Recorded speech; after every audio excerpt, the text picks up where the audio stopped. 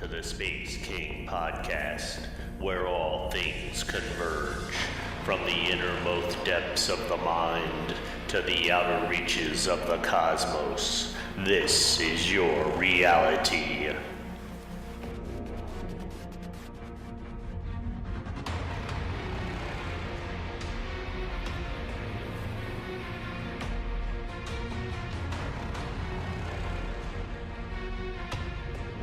To the Discord and go to the podcast waiting room, and of course we'll bring it on the air. And if you're watching this on YouTube, or I should say listening to this on YouTube later, just remember that anything we talk about, you can go to Discord and look at our news feed. You'll see all the things that we talk about. You know, I should probably fix my mic now that I realize it's not in front of me. But you guys, oh, hold on a second. Sorry about that. We got people in the background that should be in bed, not in bed yet. Anyways, as I was saying, you're more than welcome to watch the podcast if you'd like on YouTube, but I think the purple audio visualization will only take you so far. Wait. Okay, talk real quick, David. Yep, I'm talking. All right, I was just making sure because I didn't see the I didn't see the Discord lighting up. No, we're good. So, anyways, all right. Would you? Am I starting with the first topic tonight? Yeah. Go right off. Go ahead. So, kick it off tonight, man. Talking about creation story, I will pick. I'll end up talking about a bunch of different ones before I get to my own personal beliefs on all of this. Okay. And what's interesting is, through my research of the different creation stories of some of the older religions and the older cultures, a lot of them all have a common theme. And yes, they definitely do. They do, and a lot of them talk about a Sky Father and an Earth Mother, where the sky and the earth come together, and then they create everything, pretty much. Everything. I mean, like, everything's already created, but they go and all life on Earth and everything physical and stuff like that spawns from the union of the Sky Father and the Earth Mother, which is very interesting. Yeah. It's Mesopotamian, it's Greek mythology. I'm pretty sure it's Norse mythology too. I could be wrong on that one, but I'm pretty sure they have something similar to that. Because I know, at least in Greek mythology, it's the name of a planet. I forget. It's a Titan. It's the name of a planet. And he's the father of the sky. And then it's Gaia, the mother of the earth. And then in Mesopotamian stuff, like religion, it's An or Anu. And then I don't remember the name off the top of my head for the Earth Mother, but it's an Earth Mother, kind of like Gaia. And in the Mesopotamian creation story, they have children, and then those children go off and they become responsible for different things in existence, and basically they are the caretakers of different aspects to life, which is interesting. It's interesting that you mentioned this, because part of what I was going to talk about tonight was ancient creation stories. And I looked at like the Inca and the Mayan, and it's very similar to saying they have a Sky Mother, Sky Father, who come down, to Earth and create everything. So it's they all follow a similar theme. The Inca have what is it, Inky? I'm not gonna butcher this up. And he comes out and he creates the mother and the father, who then are told to go, look for a fertile plain to create civilization at and everything, which they do.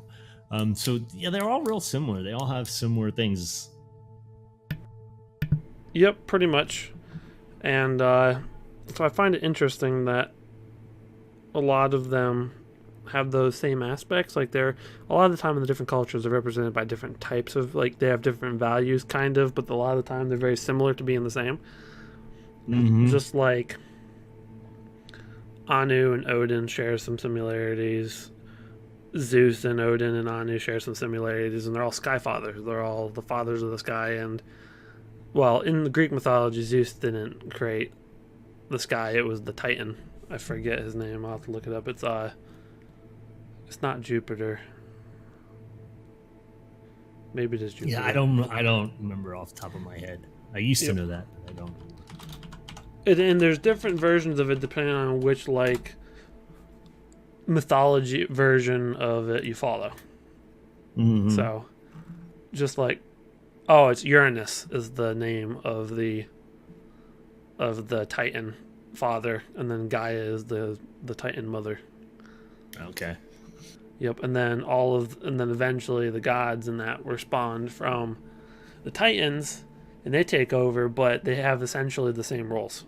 Like they're like Zeus takes basically the role of that Uranus, the primordial Titan had. They both end up being sky fathers and stuff, and there's a lot of messed up stuff in Greek mythology. How some of them are born and stuff. So just to keep it a little PG, there's some decapitation of body parts and consumption of body parts that cause other things to happen. So I'll keep it PG. I won't go into any more detail. If you guys want to look it up, feel free to. But it's a little graphic in Greek mythology. Yeah. Now, what were you gonna say, David?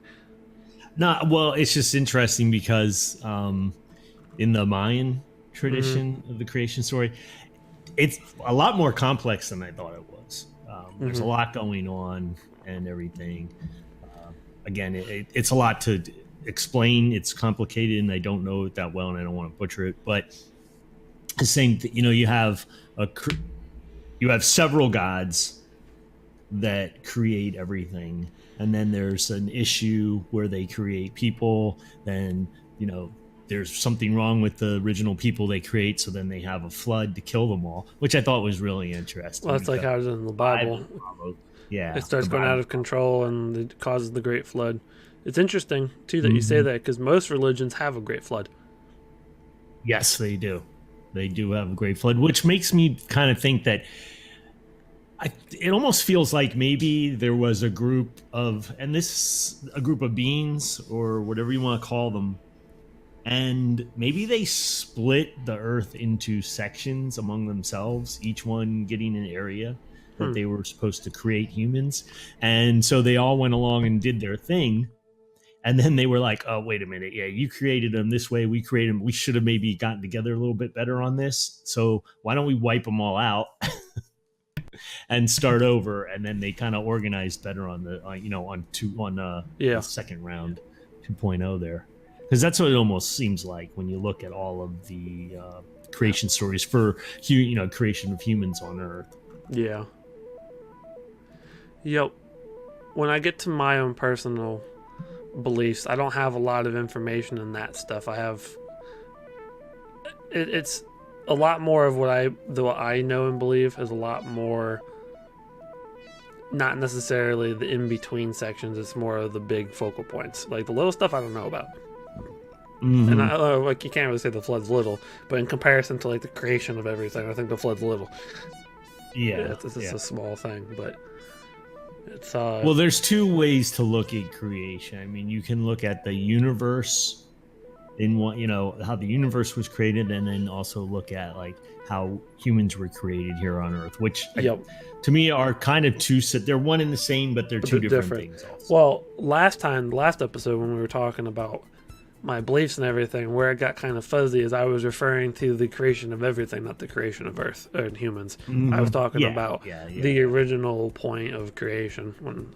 And tonight when I talk about my beliefs,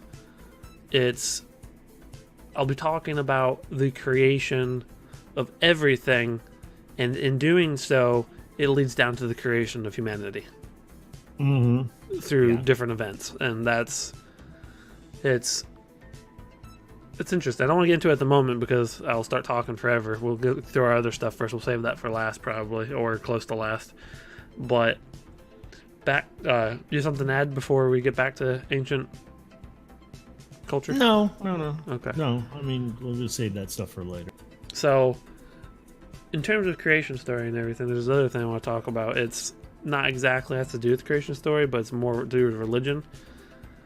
I found it very interesting that I discovered recently. I mean, people have known this for a long time, but I discovered recently. You know how in they like to say, "Oh, Christianity is the white man's religion" and all this other stuff, and like throughout time. Well, it's not. First of all, it's Middle Eastern. It comes from the Middle East. Yeah. And not just that, is what I found fascinating was the fact that Norse mythology, like the Baltic and the Celtic stuff, and then Wiccan and like all the witchcrafts and all the stuff has to do with the occult and spiritual like that you think of as paganism is all European. That's all European religion. So yeah. it's like culturally People got it backwards. People have it backwards. Yep. Because You have that that timetable, right, in that map? yeah, I'll have to find it and upload it, but yeah. Yeah, absolutely upload that into the news feed. Everyone should take a look at it. It shows a timeline of like how all the religions are interconnected, where they started and came from, and take like a certain spot where things start, and then like several different religions branch off of that into different directions. Yep. It's really a cool map to look at. Yep, just like Egyptian mythology, like the Egyptian religion and the Mesopotamian religion and Judaism, all are from the same off branch according to the chart. Like they all come from Middle Eastern, and they all had originally some of the same core values, and they split off into other things. And I don't mean to offend anybody when saying this, but it's a lot of people's beliefs out there. And then what I've come to believe recently is that Christianity, to my understanding, based on everything I've seen and now everything that I've studied, Christianity is the worship of basically the Sky Father of those religions. Like it basically, imagine there's the old ones, and like they have it's multiple deities, and then down the line turns to Judaism, and then it's the worshiping of the one and true God. Well, in those other religions, God could be referred to as the Sky Father, which created everything. He was the king of the gods. Yeah. And in Christianity, it says God is the one and only true God. So, and if you think about it, technically that is true in those old religions too, because he was the creator of everything. He was the king of the gods. So, and kind of the big cheese, the first. Not to cut you off, but kind of the you know how like you have the Titans who create the Father God, and then they create the gods after that. Kind of in Christianity, you have what we call God, and then the angels, which would be the other gods, basically. Yeah, I hadn't thought about it that way. Michael and things. They're basically they're the god. They're the other gods then that were created, because they all have powers and all do certain things. If you look at it that way. In Christianity, they call them angels. In Greek mythology, they're the other set of gods. They're the Olympian, after the Titans who created. Whoops, sorry about that. And all of them have that, because even like the Inca and the Maya, they have a god creator who then creates a subsection. Same thing in Hinduism. Although in Hinduism, there's two thoughts on that. I think is it Vishnu? I don't want to get it wrong. I don't want to upset anyone. Who was the main person, and then supposedly everything sprung off of him, off of his body. Yeah, he created out of his body, it's but creates like, all these other subsets of gods. So if I remember correctly, it's kind of like Norse mythology, where the slaying of Ymir, when Ymir was slain, he died, and his body, Earth was his body. Everything sprung from his body and like fertilized and created the earth.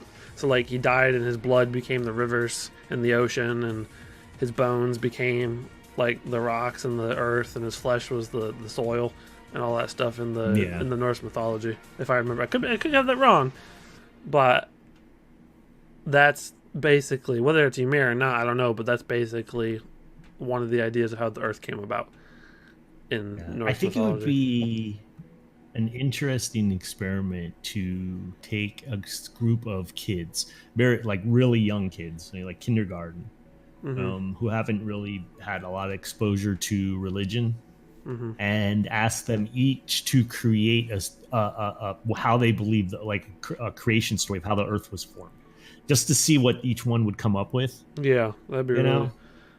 Yeah. Because it's almost in one way, it's almost a natural thing for to say, well, there was a mother and a father, because we come from a mother and a father. So you gotta wonder, is that why the creation stories are that way? That they're. I think it's more than that, but yeah, I understand. But completely what you're saying. is that why people? But I'm saying that's a natural tendency for humans to think that way. And it'd be interesting to see what would happen if you. Yep. No, I definitely agree. That would definitely be interesting. And to clarify, it's not like we'll be sitting down with a bunch of kids and then exposing them to different religions and like trying to get them into those religions. It would be like, all right, children, tell us how you think how everything came to be real, like everything came into existence. Yeah. And have them just tell their own story. It'd be interesting to see what they came up with. Yo. I'm sure you might get a few mommy and daddy. Yeah. Who knows? Oh man. But yeah, that'd be interesting. And I'll go back to Greek mythology on this. It's interesting that I believe in Greek mythology, Uranus and Zeus are two different characters based off of the same entity. It's like, because they're both essentially the same thing, except one's a titan and one's a god, and they both have slightly different personalities. It's like they're both two sides to the same coin. And when we start talking about Christianity a little bit more, I might upset some people, but I'll just say it now. Like for example, I don't believe all references to all entities or beings in the Bible are actually individual characters, and I don't think so. Let's say there's 4 different references to like let's say Satan, for example. There's 4 or 5 different references to Satan with different names, but I don't think they're all the same being. Like they talk about the beast, they talk about Lucifer, Satan, morning, like they refer to him as Morning Star. Like there's a bunch of different stuff. And my beliefs on at least the part of the story where it talks about Michael and Lucifer fighting at the end of days, like for humanity. I don't believe. What I believe is that in that instance, Lucifer and Michael are the same character. They're the same being. Oh yeah. And what I believe to happen if, let's say, there was an apocalypse where angels come down and they're fighting, and what I think it would be the split of that two-sided being, and they'd be fighting themselves because they'd be torn from things that happen. Does that make sense? Like a higher being basically becomes two and fights itself. Yep. Yeah, I understand. Like it fights the dual natures of that situation. So it's like, just like I also don't believe that oh man, there'll be people telling me that the devil's tricking you and all this other stuff when I say this, but I don't believe that the quote like devil and Lucifer are necessarily the same thing. Like I think Lucifer has a play in all that, but I don't think they're the same thing. They're not the same thing. People believe they are too. Is why I'm saying that. Well, people are wrong, because if you actually look it up, if you look up all the angels and in the list of all the angels and stuff, and we touched on this in one of the other podcasts, in the angels and demons, Lucifer, Satan, they are not the same. They are different beings. They're not the same beings. That people have got that screwed up and referred to them as. I was saying Lucifer is the top one, and then Satan is just another. He's another demon, and there's another one too, and the beast is a different one. Yeah, they're different. They're different Beelzebub's a demons. different one. Yeah. Yeah, they're not the same. They all reside in hell, according to Christianity, but they are not the same. Correct. Absolutely not. Correct. And I do think, and I don't believe that Lucifer is necessarily a fallen angel in the way that we think. I think something happened and he chose to take action based on that event. Mm-hmm. And not he wasn't cast out. So like my belief on this is, I'll give you more details so it's not confused. I just got to say it. Is that, say for example, so I might get some people saying sacrilegious and like heresy when I say this, but I believe that that God and the other gods that are out there, they'll incarnate into human form. At some point, they all come and inhabit a physical form while still being their higher selves, and they do it to do certain things, kind of like Jesus. Isn't it? Everybody would agree that Jesus. Well, everybody that believes in Christianity would have to agree that Jesus is God in the physical form. That's what it says. He's one of the Holy Trinity. It's the Father, Son, and Holy Spirit. Mm-hmm. And I bring this up because with my beliefs, and it'll make a lot more sense when I go from the beginning, but in my beliefs, God was in human form. He was trying to create life here on Earth, and something happened, and some force came in and tried to destroy everything. It like killed off what would have been his family, or like what he was trying to build here, and got super hurt and upset. And in doing so, because I mean, think about it. God's the father of everybody, and he loves us all unconditionally. Of course, he's going to be furious if someone comes in and just starts offing us. Mm-hmm. So, in that situation, in his pain and in his anger, Lucifer decided to come down and help him exact his holy vengeance against this group of people. Okay, You know what I mean? So- basically, he's what's his name from Red Dead. Is what you're saying. I don't know. I haven't played Red Dead. He's sacrilege. How dare you not? I know. But so basically, Lucifer and the other angels came and helped exact the wrath of God upon this force that came through and tried to destroy everything. Mm-hmm. And what ended up happening is, after that was all said and done, they all just stayed in that. They never went back to heaven, or they never tried to reclaim their purity. They just, you know what I mean? They never tried to go back to their ways. They just stayed in it, and that's how they ended up turning into what you refer to today as like demons and stuff. Not all of them. I think some demons were created as demons, but when it comes to the quote fallen angels, it's a decision that they made. Actually, if you think about it, a rather selfless decision to come and help their father. You know what I mean? Like, but then they just stayed and they wallowed in it. You know what I mean? And then they became dark because they just stayed in this wrath and anger the whole time, and they never went back. That's my belief on that. Is so that's like, you know,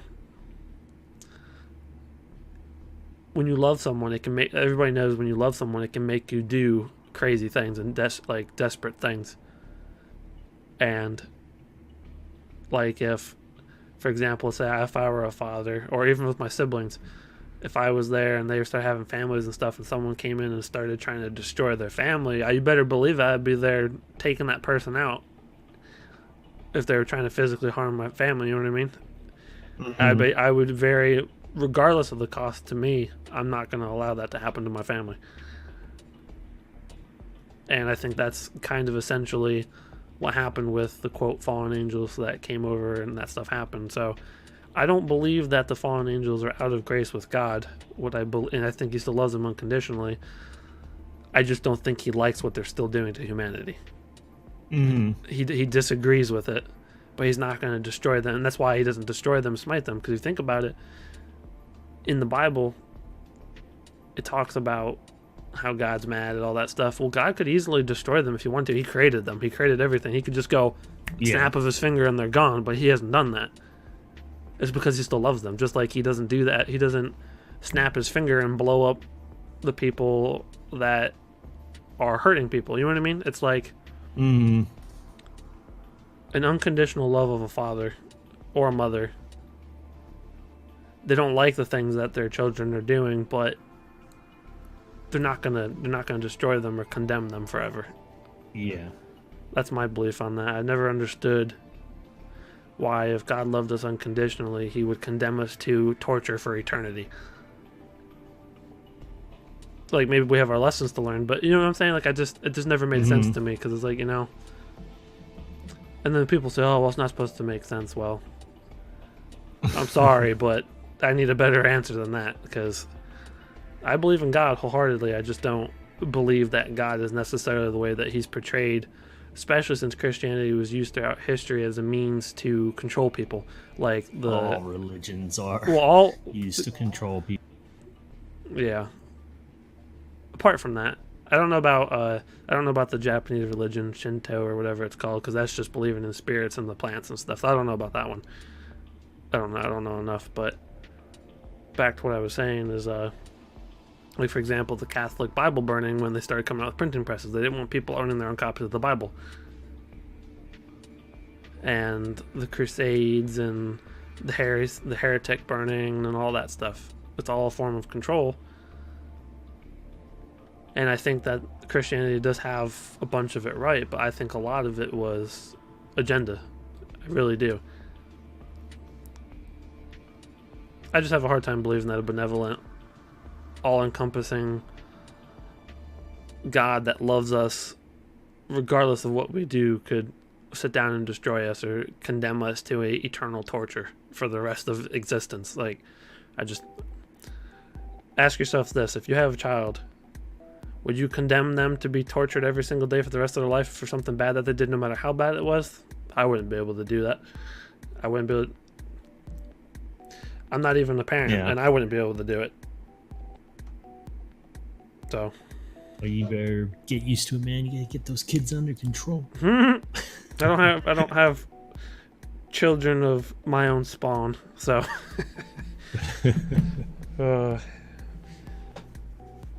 So that's kind of like what I wanted to talk about, like some of the old creation stories and stuff. Is I don't know. I think a lot of the different religions have certain things right. They just, more or less, what I believe is the different parts of the different religions. And people are like, oh, well, you're just piecing together the parts you want. No, there's parts of it I don't like.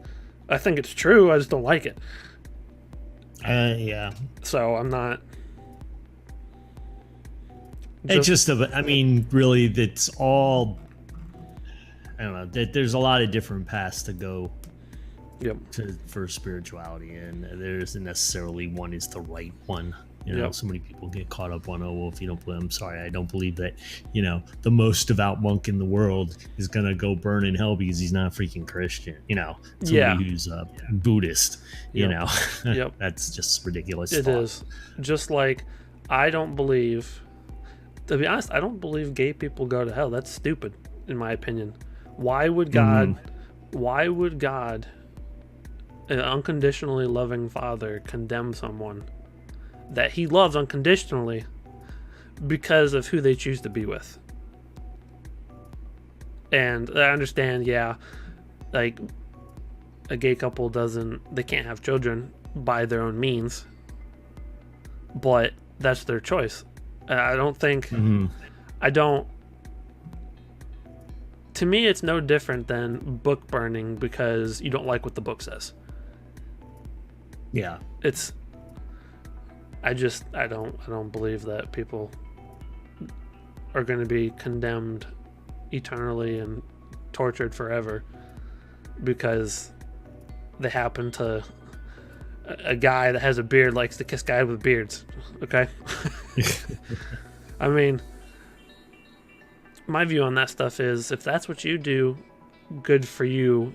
Just know that if I'm not into it, don't try to get me into it. I don't want to. You know what I mean? So just do your thing and I'll do my thing. That's how I feel about it. Yeah. And you know, and with what I believe too, is I believe that, you know how in the Bible it says that Jesus is supposed to come back at some point, and there's other cases of people dying and coming back later. Well, In the sense when it comes to being a human, I believe that people come back in different bodies, like not reincarnation exactly, because reincarnation says that people come back as animals and plants and rocks. I don't believe that. I think they just come back as people. I think a human comes back as a human. And what is interesting is that sometimes, oh man, I could either get hate or love for saying this, depending on who's listening. I don't know. We'll find out. I don't care. It's my belief. So I'm going to say it. I'm sorry if I offend you. I think that sometimes, not every case, I believe that sometimes some people choose to be with the same gender because they were the opposite gender of that in a past life. So for example, a man in this life that's feminine or gay might have been a woman in the past. And I've actually... Okay, I see what you're saying. Like in a previous life, he was a woman, and they never truly became fully man. You know what I mean? Like they physically were, but like spiritually and everything, that they're still somewhat a woman at the very least, because that was their past. And I've actually encountered people like that in real life that claimed they had a connection with me in the past, that they were with me in the past, and they talked about it, and then I was thinking about it, and then all of a sudden, through my mind's eye, because like I said, I believe in that kind of stuff, is I saw them as a woman for a minute, and I was like, whoa, wait, what's going on? This is weird. I was like, so, and I started remembering things about them, but not the way they currently looked. It was really weird. Yeah. And that person's a guy in this life, but he's feminine, and it made me think about it. I was like, maybe, like, I believe that sometimes that's why people are that way, is because it's like their soul or whatever is still remembering being that woman or man, or vice versa, or however you want to put it. Go ahead. I have a question, but go ahead. So like, I will never be with a man in this life, obviously. I don't believe I've ever been a woman, so I'll never be with a man. But I do still pick up on stuff like memories. Like it's like I remembered. It's like remembering something a long time ago that you forgot is what it's like. And I'll never be with that person. You know what I mean? Because they're a man, and I'm just not about that, and I've got other things to do, and I'm not attracted to men. But I can still see that there's a connection there regardless. I'm more than comfortable enough with my homosexuality to say, I see that and I understand, just not in this life. Yeah. You know what I mean? Well, yeah. But good. Okay. Well, my question, going back to reincarnation that you were talking about, and then you said, you think come back as humans. So what do you think happens to, because in a lot of in reincarnation, you have karma, and so if you're a terrible person in your life, you come back as like a slug, as punishment. And then you evolve. Your next life, you'll come back as maybe a butterfly, and then your next life after that, you'll come back as like a bird, and like you work your way back up.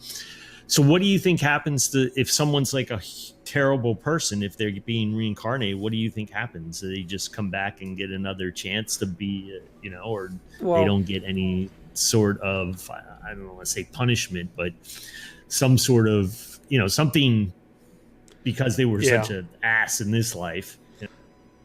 I think what I believe to happen based on the things that I've seen and witnessed, is I believe that people that are being terrible people are being punished while they're alive, whether or not it seems like it. So let's say someone, like there was some serial killer and he was rich and he had everything he needed. Well, internally in his like personal realm of existence, it could literally look like a hell, and he's being tortured constantly. Like not necessarily like being hooked up and flayed or anything, but like an emotional or internal thing. And then, sorry, go. You ask real quick before I continue. Well, no, I get what you're saying. So basically, an internal struggle within the person that's punishing them when they come back. Is that what you're? And I do believe that sometimes, if that's not enough, that sometimes people in between lives get stuck in limbo, or they become a spirit, like a ghost. Or I don't think everybody becomes a ghost, like to be punished. I think sometimes people just get stuck there. But I think your chances of getting stuck as being a ghost or in limbo, or having to remedy, because what it is at the end of the day, I believe that once everything's over and once you're gone, once you die, and you go back into being your higher self, you have to judge yourself. Your higher self. I believe that all of our higher selves are pure, regardless. And I think we punish ourselves. So let's say you do something terrible when you're alive, like physically, and then you die, and then you have to go and you have to stand judgment before yourself. And you have to hold yourself accountable for all the terrible things you've done. So in the next life, you may come back and suffer a terrible life because that's the life you chose for yourself in response to what you did previously. Okay, I think I know what your answer is going to be to my next question, but it's kind of the default, thing that everybody says. But okay, Hitler, he was a terrible person. He killed a lot of people. He killed a lot of innocent people. How are those? If he's the one that's suffering within himself, then would it be allowed to have like a child or a baby killed? Who, an innocent, as let's say, like that. Why would that happen? I think this is the same question that people ask everybody. I ask people God this too. Yeah. Sorry, go ahead, continue. So why do you think that is? I mean, if they're, why would that be allowed then? Because that person who's coming back, did they do something wrong, and that's how they're punishing themselves by being punished? But you know what I'm saying? What's the deal? It's more complex than that.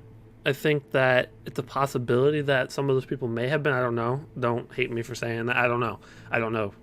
But at the same time, another thing I think is, say for example, I'll give you an example. When I was sick for 4 years, right, and I suffered every day for almost 4 years, I was having panic attacks. Like, I was just suffering the whole time. Well, through my suffering, good things came out of that. Things like, for example, if I hadn't changed my diet,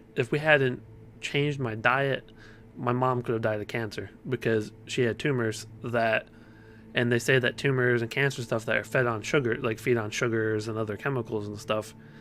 And we cut all that stuff out due to my diet. So my mom could have potentially survived because we changed my diet, and everybody was in response to me being sick. So the reason why I say that is because I think we all have lessons to learn when we come back, or we have things that we want to experience. And for example, maybe someone that's a baby, they came back and they just wanted to live as a baby, but they didn't want to continue to live past that. They just wanted to be a baby and then go back and then come back again later. Or perhaps, like you said, maybe they're being punished, which, I mean, it sounds terrible. It really does. But maybe they're being punished for something that they did so let's say maybe someone comes back and they live a horrible life as a baby because they were terrible to babies.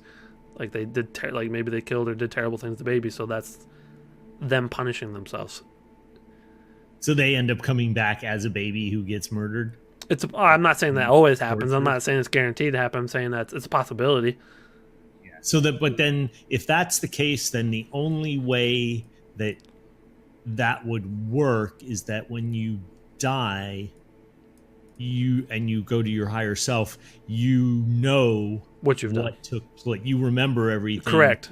So that you're there, so that you realize you feel the pain and the punishment of what you put out. So you suffer. So basically, let's say you're a terrible being, you go and you kill hundreds of thousands of people. Well, when you come back to your higher self and you become all-knowing again and you become pure again, you have to face your own. Basically you torture yourself. You have to face yourself, is what it is. So imagine you do all these terrible things not knowing you're doing it, and then one day you wake up and you realize all the terrible things you've done, and you have your moral compass back and your emotions and your feelings. All of a sudden, all those terrible things you've done would eat you. But then why why would someone choose to come back and be a terrible person? To be someone who's dealing out pain to others? I think that it's a cycle of not everybody, but just like they say that everything happens for a reason. I don't mean it just that generically. I'm going to go into more detail. I believe that there are lessons to be learned in life to help teach people things. Like, for example, there's always stories of someone loses a loved one and they stop believing in God, and then something else happens and then they believe in God more than they ever did. Or someone dies, like stuff like that. It's like let's say, for example, I was super cynical, I was nasty to people, and then my loved one dies, like my significant other, and then I started like losing faith and everything. And then, well, at some point, well, okay, let me say something else too to help with this. There's a reason for everything. I believe there's a reason for everything. I don't think it excuses suffering. I don't think it does at all. But there's definitely a reason for everything, I believe. And I mean, yeah, there's reasons to think that, like, okay, if someone loses a child, well, the reason that they lost that child was, whether they realize it or not, it's to learn a lesson of some type in order to be a better person or be a better being. Not necessarily to punish them either. It could just be... It could be... Yeah. Because think about it. Everybody loves their children, right? Everybody, like, not everybody, sorry. There's people that don't love their children. We know that. But someone who truly loves their children, or their child, now imagine losing that child, how much pain you go through because of how much you love that child. How much... Ooh, I get a little teary-eyed thinking about it. But, I got siblings, and if anything happened to them, oh boy. But, and what I was going to say that kind of, like, talks about all this is, they say, even in the Bible, they don't say it the same exact ways, but those that fall the farthest can reach the highest heights. In the Bible, it talks about how Jesus doesn't want to surround himself with perfect people. He wants to surround himself with the people that have been down because they can be greater than anything. Or something like that. You know what I'm saying? I'm not using the correct terminology, but he says something similar to that. He wants the people that have fallen farther have learned more than the person that stayed at the same point the whole time.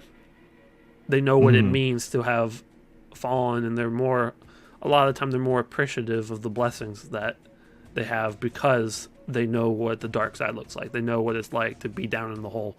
So once they're out of the hole, they're more appreciative of it. But do you think that, like, again, I'll just use the default because it's easy. It's like, let's say Hitler. Yeah. Do you think that that's just is that a cosmic battle between good and evil, and Hitler was on the evil side of things, he was a pawn, and came to hurt humanity? Well, no, he wasn't even part of humanity. He just came to hurt humanity. That's a good possibility. Where someone like Mother Teresa was actually sent here to help humanity, and they are not part of the renewal process of like you were saying, where humans come back as humans again. They are just part of the cosmic battle that maybe we're caught up in as humans. Yeah, they could be. I can't say yes or no because obviously I haven't experienced it in this lifetime, so I don't want to say yes, that's how it is, but it's a very good possibility based on what I believe that's the way it is. Like, say for example, let's say for example, humanity has a lot of lessons to learn before some great event like the apocalypse comes, so we're ready.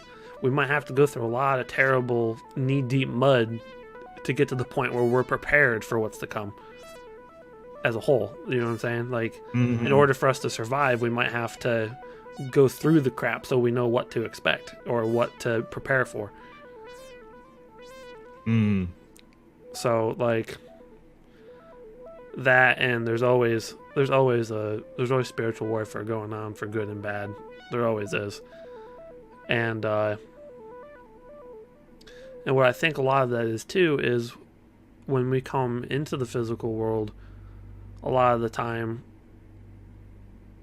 there's a lot of quote, I don't know if I should use this word, but like contamination that happens from the physical world. Like there's people with different agendas, and I believe that there's different entities outside of humanity that has things to gain on us being bad, like us putting off all that negative energy and all that negativity. Yeah. Like we talked about in one of the previous episodes, I think Aliens, where there's the different dimensional beings that come in and feed off of us when we're producing negativity and negative energy and creating misery and suffering. There's things that feed off of that. Archons.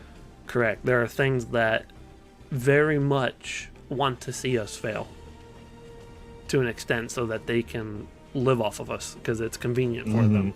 Mm-hmm. So that's all. So when it comes down to the battle of good and evil, it's not just humanity. It's other forces, like you could say demons or like those other dimensional beings. There's a lot of that has to do with, quote, the fight for good and evil. So perhaps even maybe Hitler was just being affected by one of those beings and making all the wrong choices so those things could eat off of everything. Mm-hmm. Or was he one of those? Or he could have been one. Yeah, maybe he was possessed by one, or maybe he was one. I'm not entirely sure. Those beings came to cause that type. And he might not even have known that. It's very possible that he could have been one of those things and not known he was one of those things. Mm. Just like people don't remember their past lives all the time, like some people do. He very well could have been one of those beings that was creating misery so his race could, or his species could feed off of everything, for all I know. Mm-hmm. Yeah. So it's at a core level, if it was just humanity, I don't know how I would say, well, it's good and evil, because if we're all pure at our highest forms, then that wouldn't necessarily make sense. But I think there's a lot of different things influencing or trying to influence us in this life. Mm-hmm. So that's how I think that all works, because it's interesting that some of the most terrible people in a single life can turn around and become some of the greatest people because they're repenting for everything that they've done. They've punished themselves while they're alive. Like we hear stories about that all the time, like a serial killer becomes a good person, or like an abusive person becomes a priest and they don't do it anymore because they're repenting for everything that they've done. They're punishing themselves. I believe, unless you're, quote, like one of those people that don't feel emotions or anything like that, I think most people torture themselves internally, whether they are aware of it, not subconsciously even. I think people torture themselves if they've done terrible things. Whether it's conscious or not. Yeah, correct. People do. Yeah. I think people do that regardless of what you believe. Yeah. People subconsciously condemn themselves but numb themselves at the same time. Mm-hmm. Yeah. Yep. So that's what flew through an hour here. Yeah, I know. I feel like we've barely been talking. Coming up here quick. It's Yeah, I mean, I kind of agree with you on some of the stuff you're saying. I thought process on some of that. I kind of think of the, when it comes to how humans in creation, how we got started, I don't know, but I do think I kind of believe in reincarnation, and in a sense of that, you can pick how you come back, but also that if you were just a truly evil person or you were a bad person, that you'll come back to be punished. Yeah. For for what you did, and those that are truly innocent don't come back. They're I think that maybe they're just default sent to a higher enlightenment immediately. Yep. I think they can choose whether or not they want to come back too. Yeah. And it's hard to say. I mean, there's so many different ways to think about it. I think that, like I said before, is like, they say that, like, when you go to judgment and you stand before God and you can't lie to him, and you become aware of everything you've done and the truth of everything, and you basically judge yourself. Mm-hmm. That's very much what I believe, is that you judge yourself and you can't hide from yourself. Once you go to that point, you can't hide from yourself. You know what you've done. Yeah. On a fun note on that kind of thing, Mhm. there's a movie just called is it Defending Your Life? I think it's called. Hmm. And yeah, Defending Your Life. And Meryl Streep is in it, and I forget the guy's name. You'd recognize him, though. But he dies, and what happens is you're brought into like you have a lawyer, Hmm. and then you have the prosecution, and there's a judge, and every day you have like 3 days to defend your life. So they show you little excerpts from your life, Yeah. and they ask you questions like, why did you do that, or why did you act this way? And you would think like it's not things where you did bad things, it's like maybe things where somebody picked on you and you didn't defend yourself. Like they ask like, why didn't you stand up for yourself and punch that kid in the face? He was obviously, you could have. It's funny though. It's like It's a comedy movie. it's like It's they're worth asking you watching. things to judge your moral to see Yeah, exactly. yeah, that's interesting. And the whole idea of it is that, are you prepared to move forward Yep. in your journey? And if you're not, you get sent back to Earth. But if they determine that you are ready, then you get to move forward. But it's a fun movie. It's a comedy, and I'd recommend it. Yep. Somebody who's that type Yeah, of you know, interest. kind of goes with that. I don't believe that everybody comes back. Everybody comes back. I think some people, after they've experienced so much, they're like, you know what? I've learned everything I want to learn. I'm done. I'm gonna stay in the higher self form, and they stay there spiritually. Mhm. I don't. Yeah, not everybody. I don't believe you're forced to come back. I think it's very much, since you're a higher self. I think you very much know. So let's say, for example, if you do something bad, you're probably going to force yourself to come back. Mhm. Or maybe very rarely, I'm not entirely sure on this, that maybe if you think you've done something so beyond, like something so bad that you can't come back from it, who knows, you could basically exile yourself in your higher form and just go and be away, or no longer, you know what I'm saying? Like, I don't know. You could cast yourself out for all I know. Yeah. But, Well, we're hitting the top of the hour here. okay. Bathroom break? So we're going to take a couple minute break here, like always, and we'll be right back. And I didn't do my job this week. I forgot to do That's okay. I still got the one from last week. It kind of matches with it. Whoopsie. It's all right. I'm sure everyone forgives I you. totally brain farted on that this week. Oh my god. That's fine. That's fine. I'm sure everybody forgives you. All right. We'll be right back. All right, everybody. We're back. Thank you for bearing with us. Welcome back. Being a couple of old men, you got to use the bathroom every hour.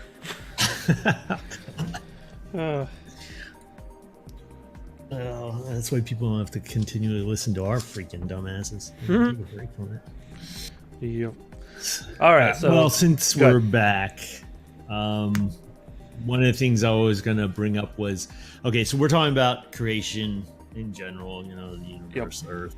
So touching on the creation of the Earth and how, how is, where'd we all come from on the Earth and everything. Of course, one of the big, what do you call it for this?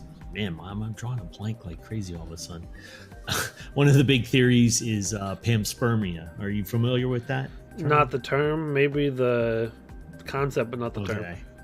I know Pangea. Panspermia kind of says that basically where life came from on Earth came from outer space, and it was bacteria that was on debris floating around outer space. So like like an asteroid hit the Earth, and that's where bacteria comes from, and then that's how the Earth was started spawning life, and everyone evolved from that. That's one of the ideas of where science is on how Earth or how life got started on Earth and everything, which is interesting. But my only problem with it is then, is there any evidence? And I don't know if there is or not. But is there any evidence then? Like, why didn't Earth then start? Everybody's like, well, like, why didn't Earth start on the moon, or why didn't Earth life? You mean? life start on the moon or star. Everybody's like, well, that's because the moon is a dead rock and it didn't have the right conditions and that type of thing. Yes, but I don't know. It seems like different forms of life could have possibly, and who knows, maybe there is something on the moon and we don't know about it. I don't have any. That's another conspiracy for another day.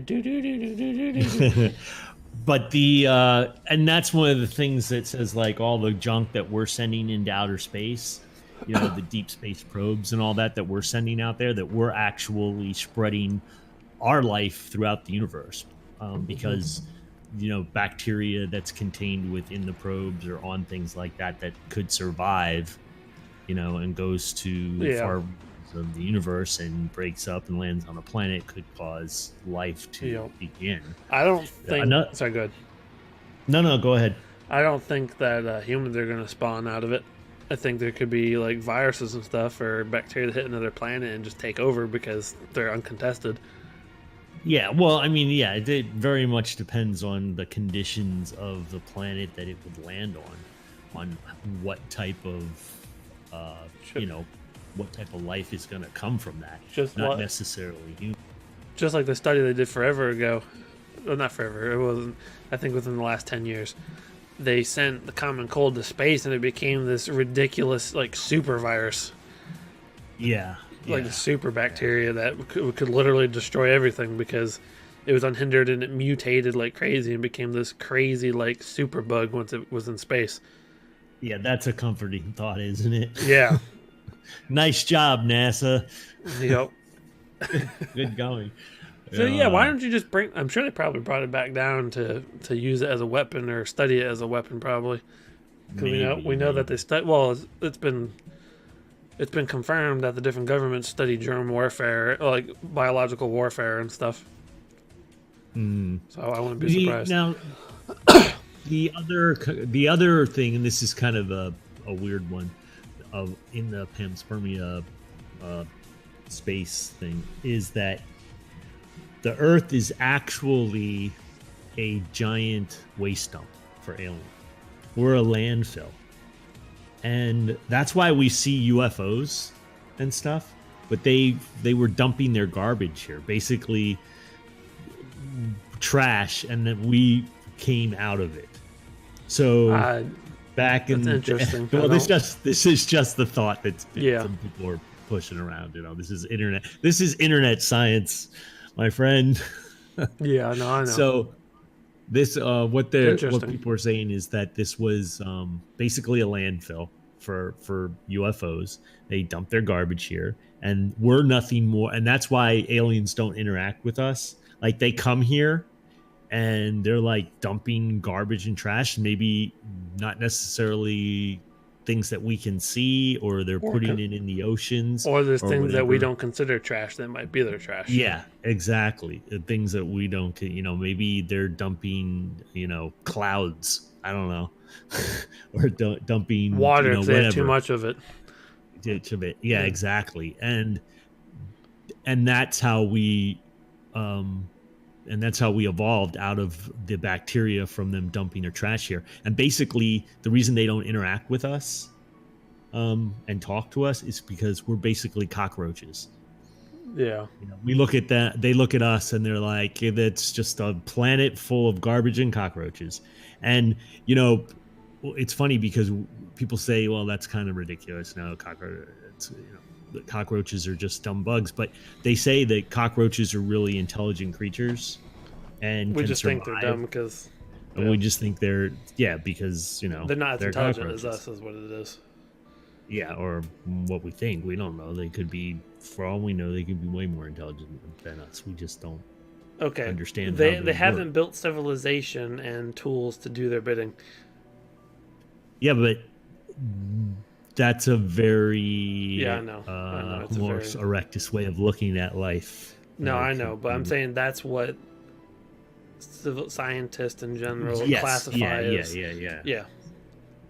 But so there's this thought that that's where life on Earth came from. That maybe we're just a giant waste dump. Of, like I said, of course, this is internet science and thought. the actual panspermia idea is actually academic science believes this, and the other one is kind of a crazy offshoot that people are coming up with. Yeah, that happened. I mean, anything's possible. That's for sure. That's how life got started here on Earth. I think the panspermia idea is pretty. What I believe is if there was any kind of evolution at all on the planet, that it wasn't necessarily like all the dinosaurs and all that stuff.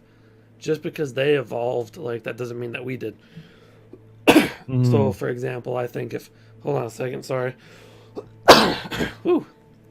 I think if so, just give it. You were talking about it earlier, and it made me think about it. Is like, if evolution did exist in that way, that perhaps that's the way life was evolving here on Earth before we got here.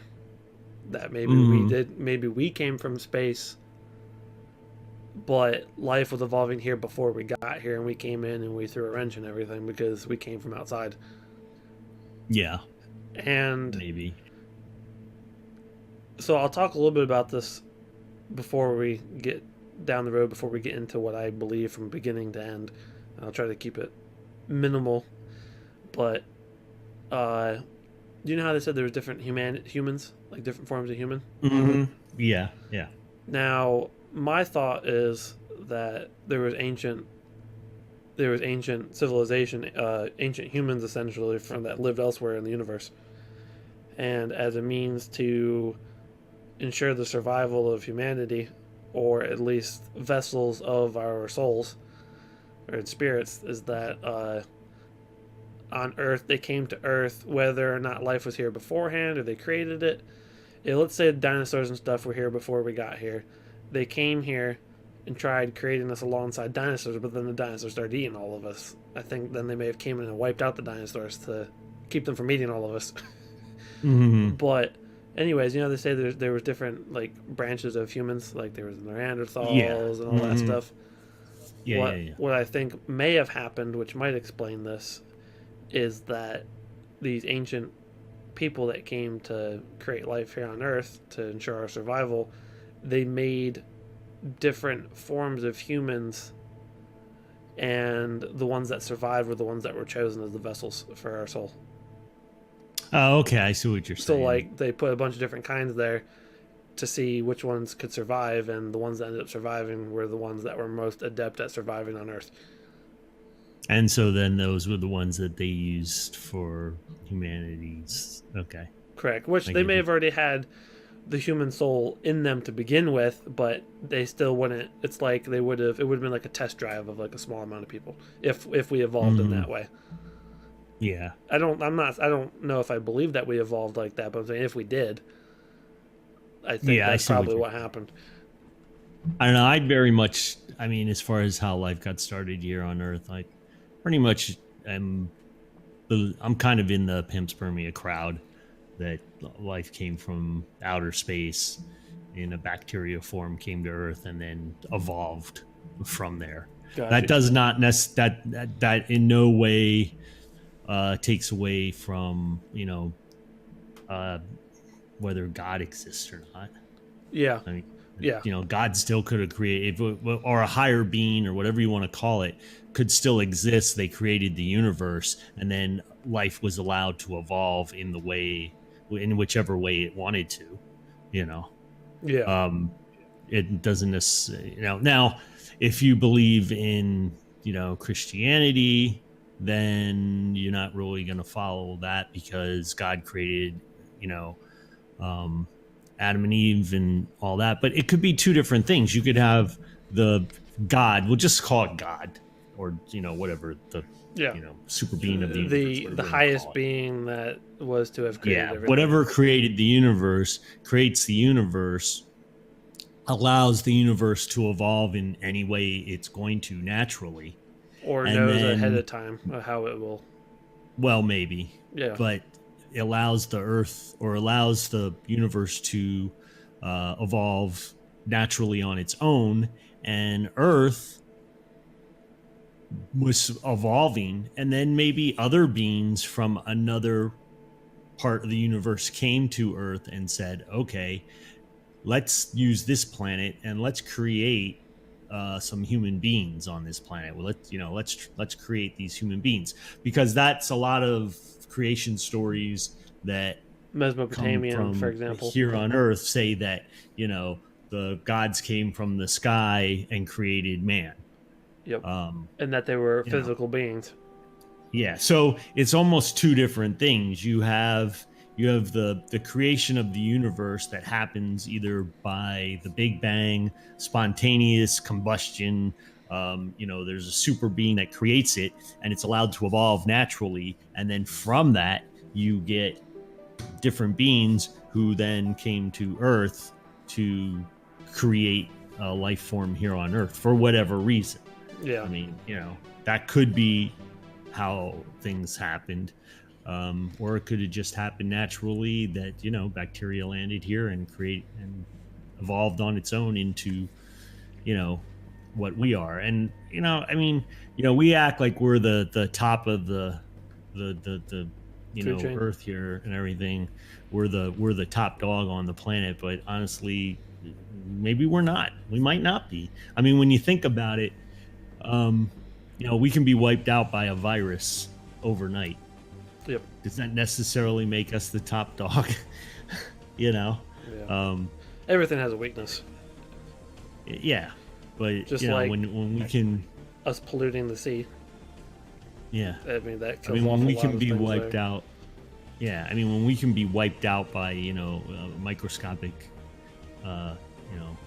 form of life, maybe we're not the top dog on the planet.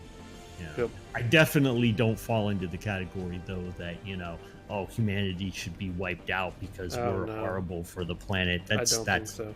Yes, I don't. I mean, we may not be great for all the different life forms on Earth, but I don't think that means we deserve to be wiped out. Just like we're nothing more than another form of life on the planet, whether we're just another form of life living on the planet. Well, just like we can choose to be miserable and live in a world that's dead and dying and horrible, or we can use to live in a world that's enlightened and happy and a beautiful place. Just like ticks don't really serve that much of a purpose apart from feeding a very few amount of things and then killing everything with disease. Yeah. But doesn't mean they deserve to be completely wiped out of existence. Yeah. Like I don't buy that whole thing though with people being the. How about before we get to my beliefs, I'll count that as my last topic. We'll go to your other your topics first. That way, I don't carry on forever. You don't get to talk. You know what I mean about your stuff. Yeah. Okay. Well, I mean, pretty much, we kind of covered my first topics when we were talking earlier about the different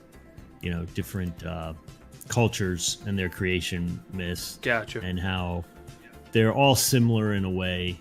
In a lot of ways, they're similar. If you look them up, they all have a lot of similar thoughts and ideas, and that's kind of why I kind of think maybe that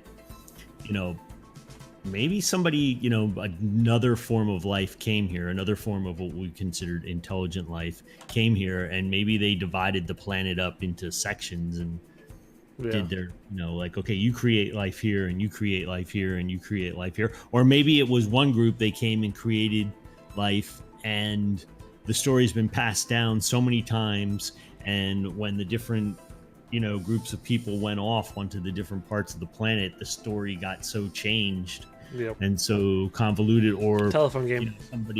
Somebody else decided, what, I don't believe that, I'm going to interject my thing that I think. I mean, if you look at Scientology, Scientology, as crazy as you might think it is, or as sane as you think it is, there are a lot of people who are into Scientology.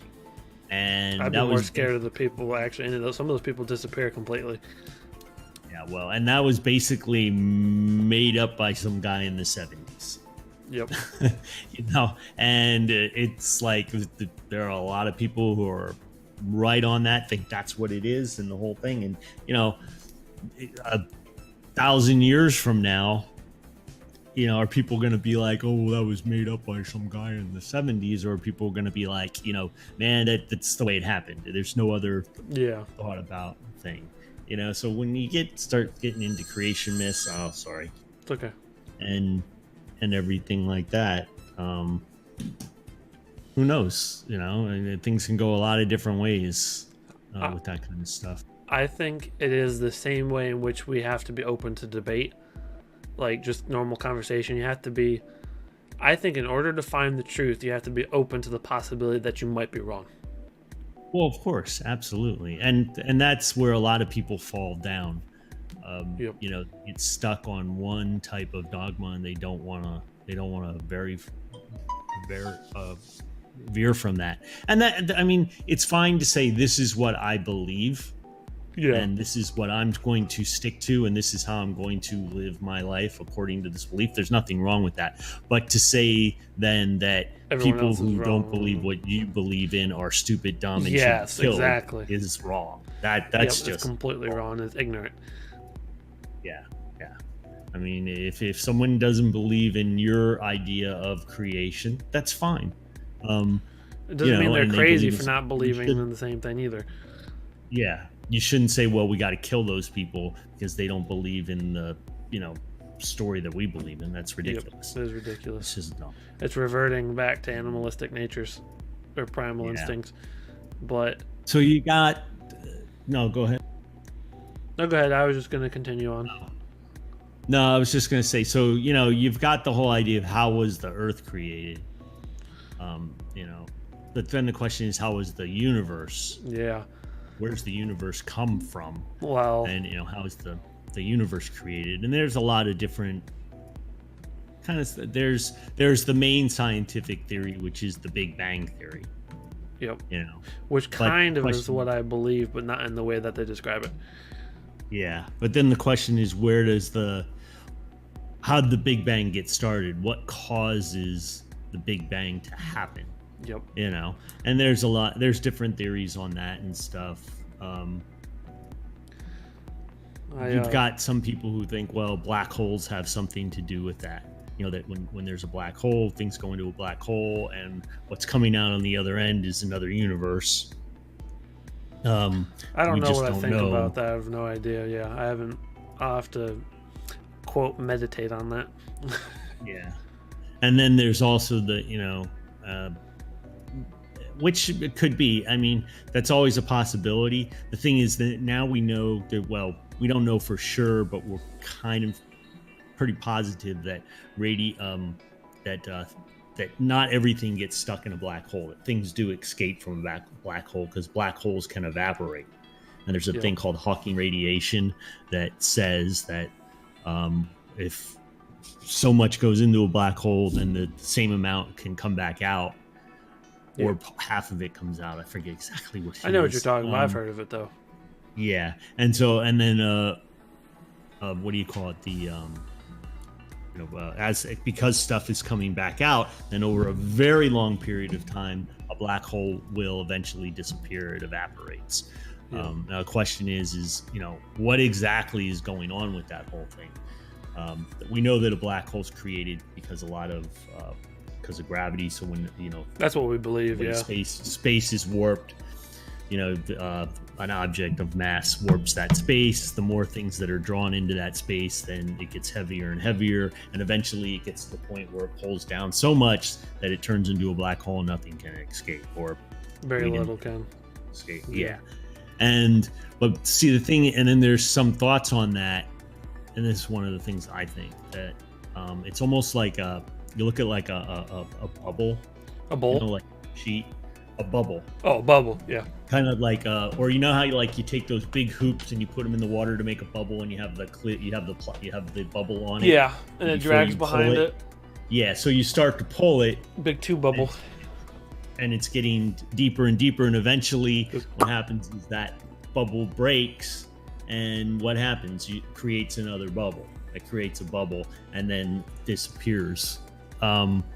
Maybe that's what's happening with a black hole. So everything that's falling into that pops off and creates another universe. That's the Big Bang in another universe, and is causing another universe to exist. That theory, I kind of like that theory. That's an interesting theory. It's kind of fallen off a little bit because of string theory and stuff. But the problem with string theory is that it takes there's 10 other dimensions that need, or universe that need to exist in order for it, and those haven't been proven. Gotcha. I think it's 10.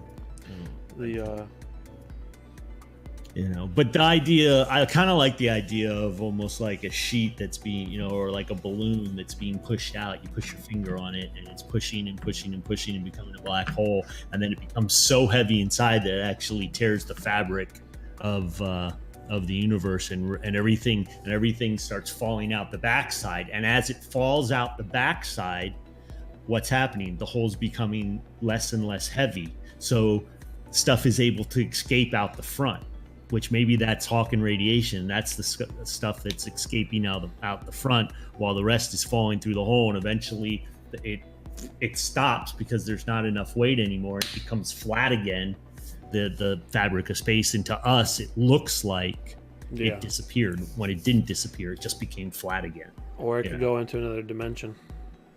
Yeah, well, it's creating its own dimension, because what happens is that when you get to when you do the math and you get into a black hole, physics falls apart, and that's why it's kind of like, well, it couldn't really, what do you call it, can't be true because physics is falling apart. But my thing is, well, if everything's falling into a black hole and it's getting torn apart, why would the physics be the same? It's coming out the other end is something totally different that we can't even, our brains can't wrap its little head around, you know. And it's creating a whole other universe that looks completely different than what we're used to, because it got all ripped apart and jumbled up inside, and it's coming out the other end as something we would never recognize. Yep. It's interesting. And that's something that I've thought of for a long time, and kind of think maybe that's what's going on there. Yeah. But I always thought, well, if that's the case, though, black holes don't ever disappear, but now we know they evaporate because of the Hawking radiation thing, so maybe that's what's going on. To go with what could actually explain your theory on that, like what you thought kind of originally, is perhaps they don't dissipate. What happens is the connection to this side disappears. That's a possibility, but that might make sense for you said you kind of like that theory, but then it kind of fell apart. Well, maybe that theory doesn't fall apart. Maybe it's just different than they thought, where let's say the other universe starts growing and growing and growing, and once it's at a point where it's an actual universe, maybe it disconnects from this reality, and then that's the dissipation of a black hole. That's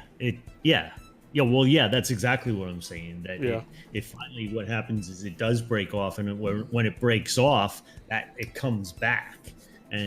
But the Hawking radiation is the fact that things are able to escape because the black hole is getting lighter, because the things inside the other end of the black hole is going into the other universe it's creating. So as more stuff goes out of it, it becomes light. The mass becomes lighter, so it can't attract as much, and the gravitational pull in it isn't as much, and it starts to actually become smaller and smaller and smaller. Eventually, that's the end of it. Yep. And so that's how other dimensions and other dimensions or universes are created. It just depends on how it comes out on the other side. So it's torn apart. Maybe that's what happened with us at Big Bang. I mean, the other thing is I don't know, maybe it's like the thought that the Big Bang is like a kind of like a yo-yo. It it explodes and it's going out and out and out and out. And now it's gonna slow. It's slowing down. They know it's slowing down, and then eventually it's gonna all start to collapse back on itself. Maybe just it's a never-ending cycle. They have an episode. Good. Yeah, go ahead. No, what were you gonna say? They have an episode kind of like that in Futurama where it's they're in a time machine and then they go into the future, but there's no it's only a forward time machine. It doesn't go back. So they're going, they're going. And they're like, oh, we're never going to get back. So they just keep going. They look for the technology they look for a civilization that has invented backwards time travel, like travel into the past. And then they find them. And then they say, oh, we'll be done in about 5 years. So they said, okay. So they travel forward 5 years to come back. And then you come back and the civilization was destroyed by another civilization, and that was it. And they're like, oh. So then they go forward, and then they start getting to the end of the universe in this episode. And they're like, well, everyone, welcome to the end of the universe. And they're sitting there and they're watching everything dissipate and disappear. Everything's like exploding. It's like fireworks, and then there's nothing for a couple minutes, and then all of a sudden, boom, a big burst of light, and the universe comes back into existence. And then they come back, and it's the same universe that they were. It's like almost identical to what they were in already, like time frame, them existing in it and everything. And then what ends up happening is they missed it again, and they go through and it happens again. Yeah. So well, that's exactly that's one of the thoughts that, you know, it's slowing down. Eventually the universe will start to contract upon itself and end up, you know, back into a dense ball of energy, and eventually it gets so dense that it can't hold itself together anymore, and then explodes apart again. Not exactly, I don't know exactly what the theory is on that, and I honestly don't know how that works, because if it keeps compressing itself to a point where it would just break apart again, I guess that's the idea. Like if it's like there's so much force that it ends up causing an explosion. Yeah, and it explodes again and comes back out. Maybe it's possible. I mean, that could be what's going on too, and it's just a cycle that keeps repeating itself over and over again. Doesn't necessarily mean that life will come back out the same.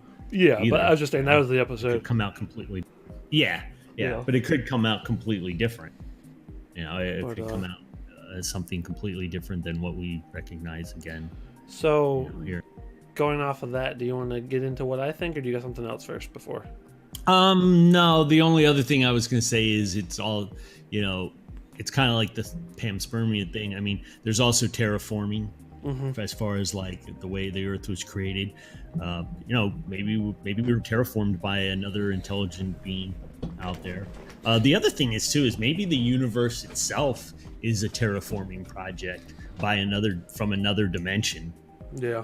Of beings. You know, there's another form of life out there in a different dimension, and they created this universe as like some sort of terraforming project and experiment, you know.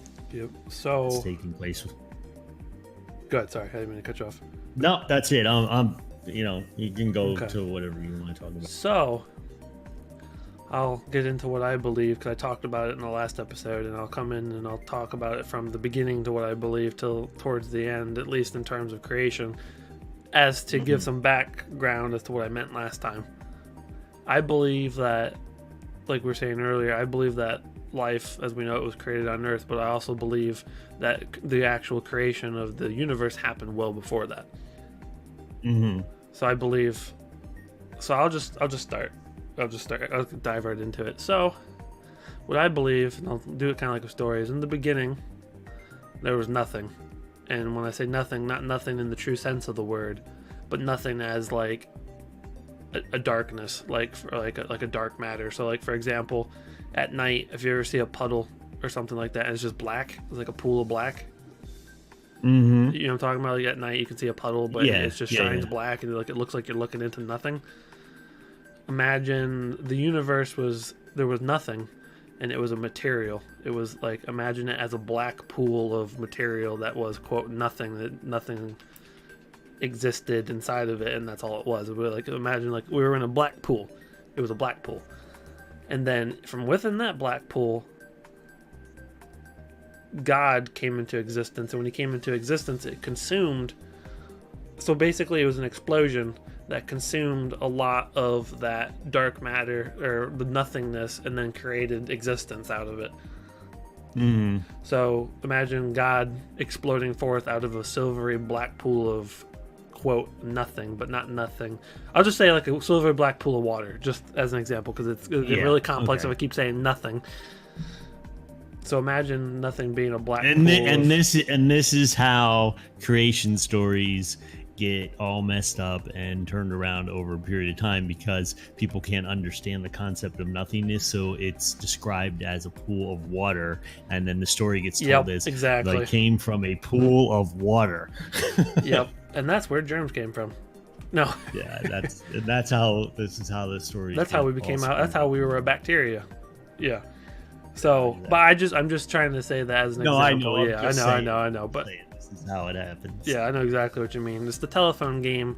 If there was nothing recording it, Exactly. you know.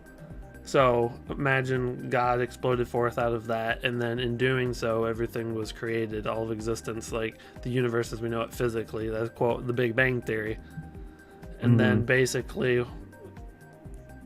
so like, as God like took his breath, like he gave life to the earth, and I mean not the earth, but to the universe and all this other stuff. And I'll save that as like maybe I'll write up a document and put it in Discord, painting the actual full picture. But so basically that happened, and then he looked around and there was nothing like him. There was nothing else like God in existence of all the things that he had created when he came into existence. So God was lonely. So he went and in his image he made other beings. Like basically imagine God as a beautiful large tapestry, like a cloth. Basically, now imagine he took a piece of that cloth and created other beings out of it, which you could call the other gods, things in his image that were similar to him. And it's interesting, as I found out recently, that there's passages in the Bible that say, I forget, it's in Genesis, it says something about making humanity in the image of us, is the terminology he uses. Yeah. And well, the other interesting thing about that is that it says made humanity. Made humanity only in talks the image about- of us. Yeah, it only talks about the earth, though. It only talks about man on earth. It doesn't talk about the other beings. It Correct. says the God that they made humans in their image. Yeah. So that leaves the door open for other Creating other species things, of beings that don't look anything like Yep. us.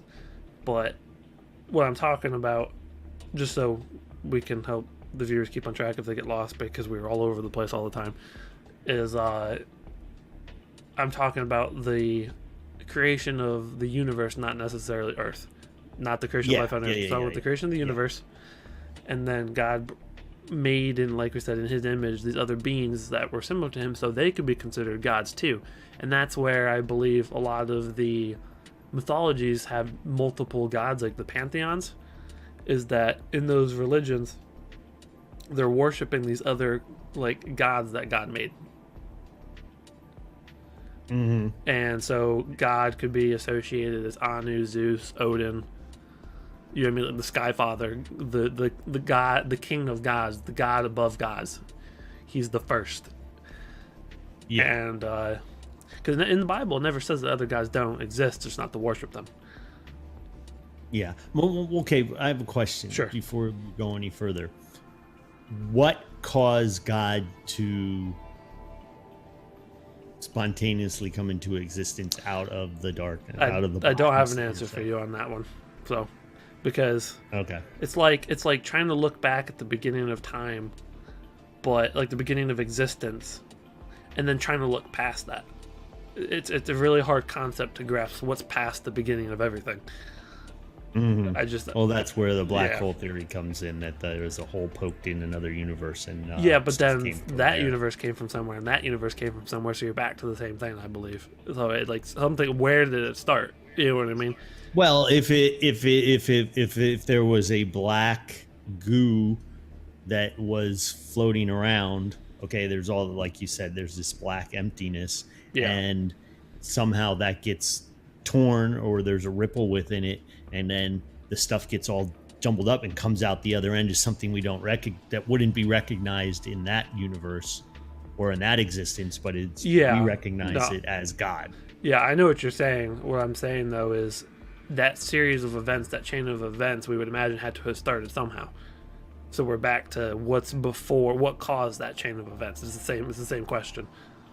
Does that make sense? Like, because like what caused the first black hole to spawn a universe to cause the next black hole to spawn a universe? You know what I mean? It's like, if that's the case, I think we're still at the situation of what happened in the very beginning. Why did the black hole start spawning universes? I think it's the same question. You know what I mean? Does that make sense?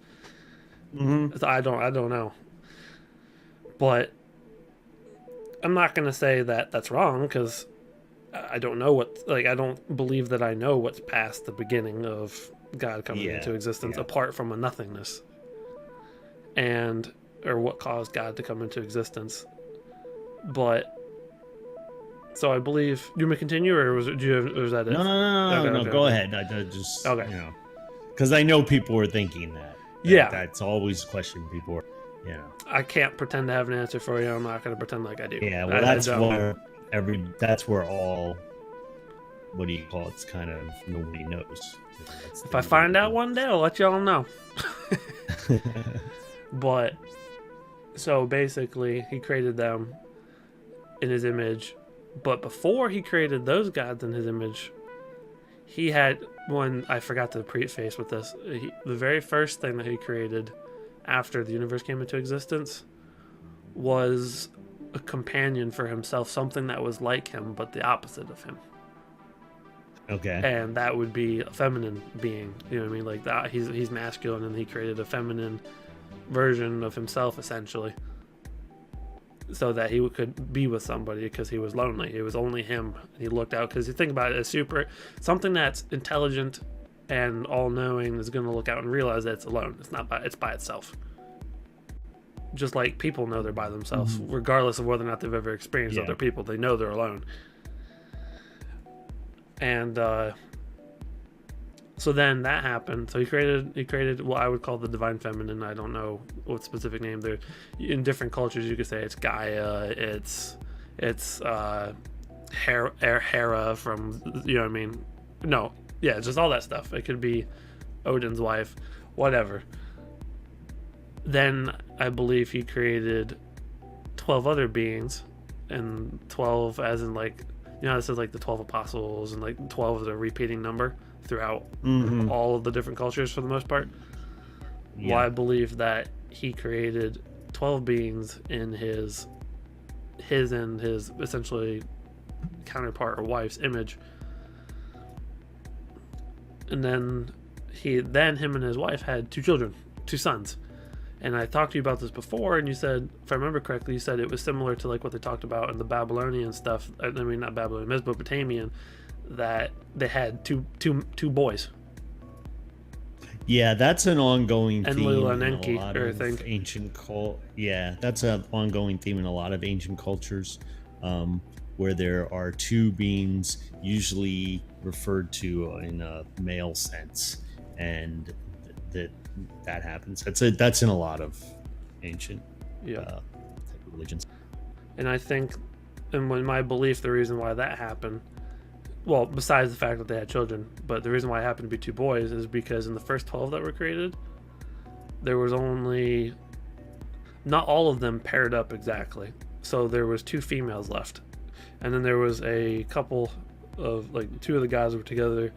I'm not saying they were dating. I'm not saying anything like that, but there was 2 guys that were together. They could have just been like brothers, and that was their companion. You know what I mean? They could have just been like, hey, like that could have been the relationship they had, and they didn't want to have a wife. You know what I mean? Or like or whatever. So there was 2 females left, and then the 2 sons were born, and then those 2 sons became like the counterparts for those 2 females that had been left without another.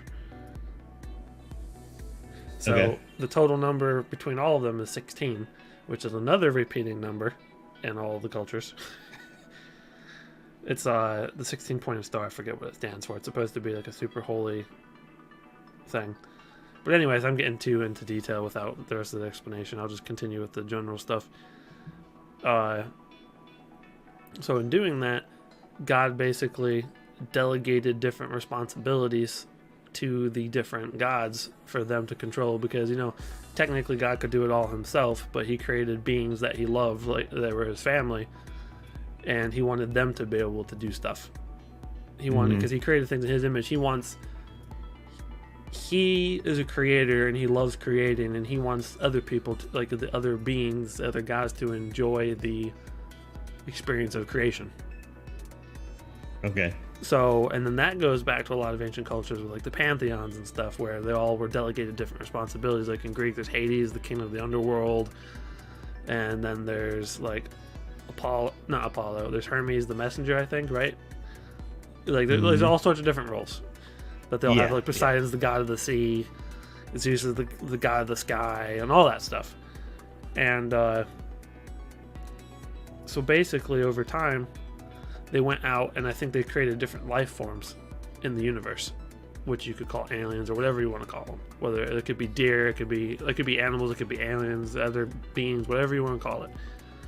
And then at some point, God had decided, and along with everybody else, that they wanted to go live and interact in this physical world that they had created.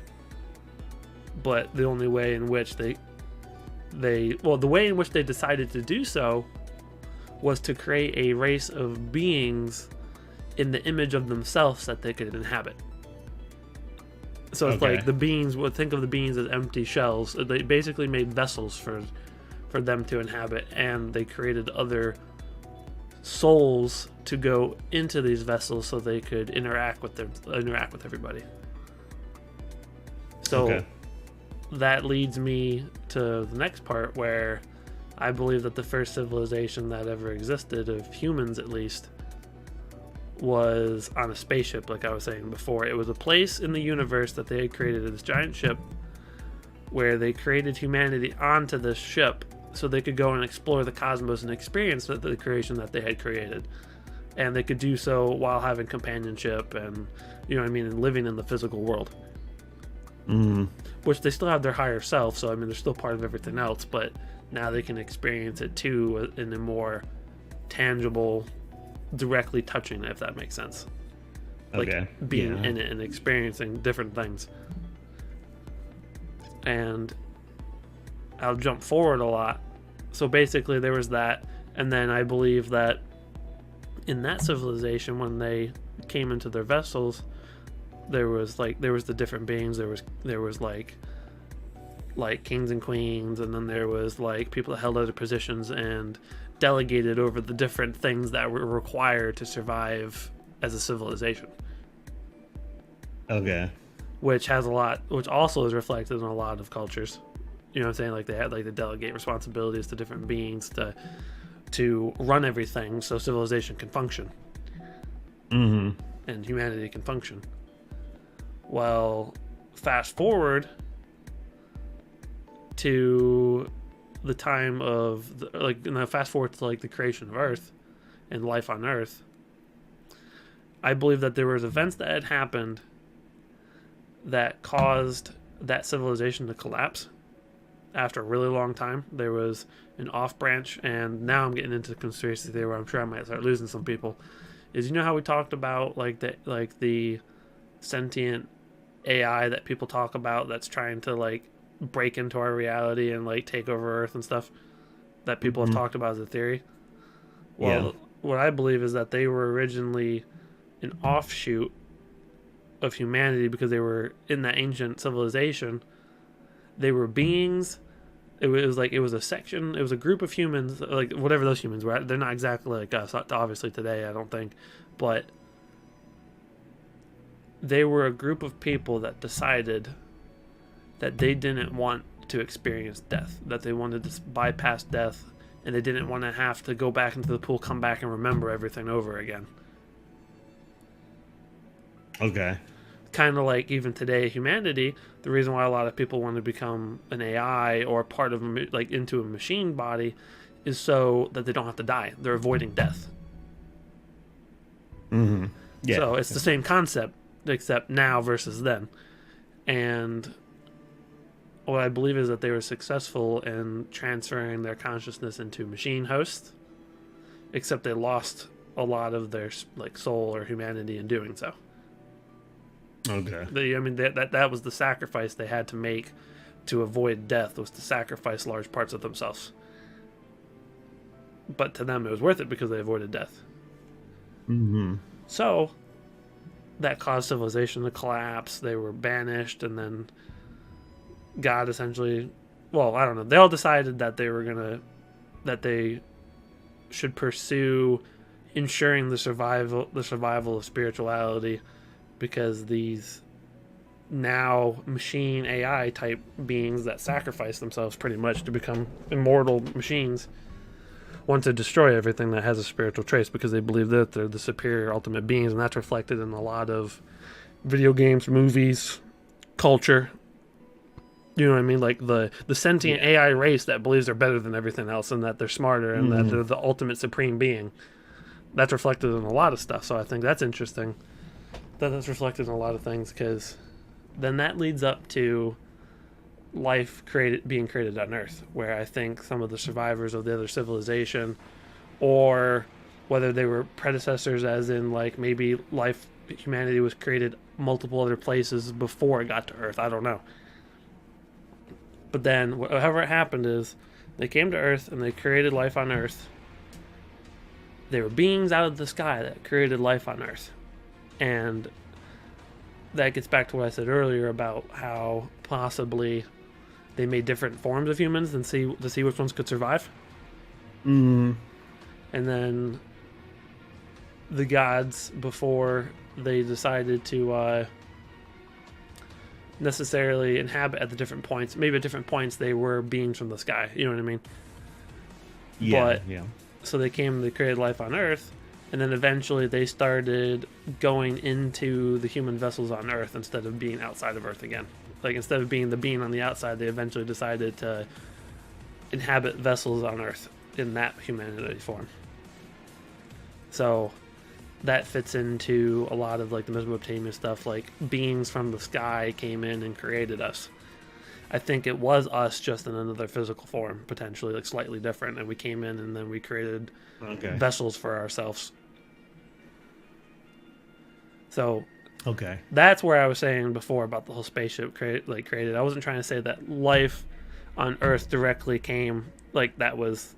I wasn't saying, you know what I'm saying? Like, they're two separate things. Yeah, no, I know what you're saying. So that's what I was trying to say last time. I wanted to clarify why I said it the way I did.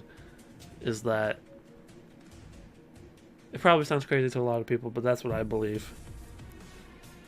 And a lot of that's based off of different things I've experienced or different things I've seen to make me believe that. Mm-hmm. And different, because whether or not you guys believe in like psychics or angels or demons or like all the spiritual stuff, that's what my spiritual experiences tell me. I could be wrong. I could be. I'm not going to say I'm right.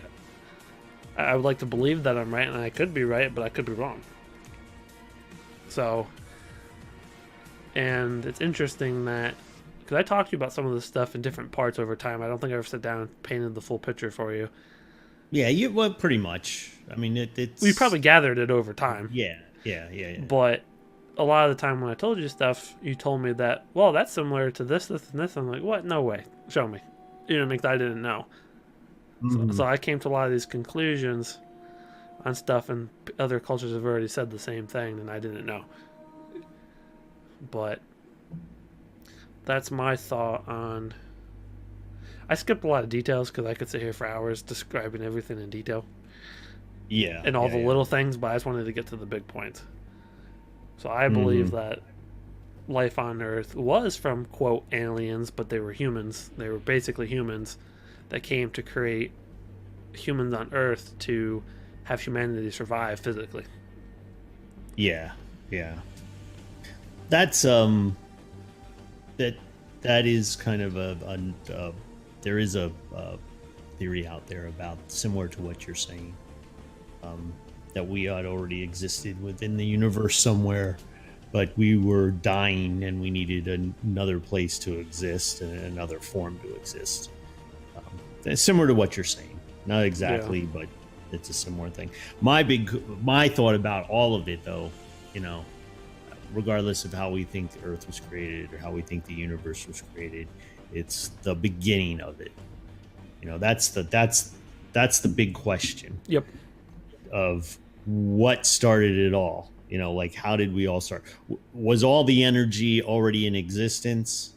It existed. It just took shape over time, or it just collided in itself in a certain way that caused, you know, this to happen. That's the big question. I think it's a possibility, because if the black matter exists in the way I believe it did, then it had substance. It was a form of something, and maybe it was enough just all types of energy.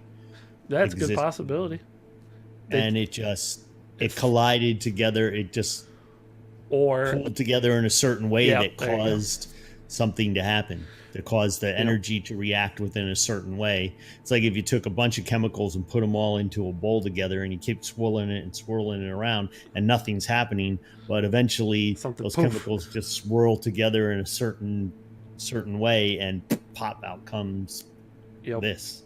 you know? Or the other thing I was thinking when you said that, it reminded me of, was perhaps all it would take is enough of that black matter to pull together. Maybe it was spread out, and then eventually it all just pulled together and poof. Then it created an explosion, which would be the Big Bang, and that's when everything came into existence. So what is interesting, based on that, the one thing that I didn't think about until the other day, is technically God is of nothing, if that's the case.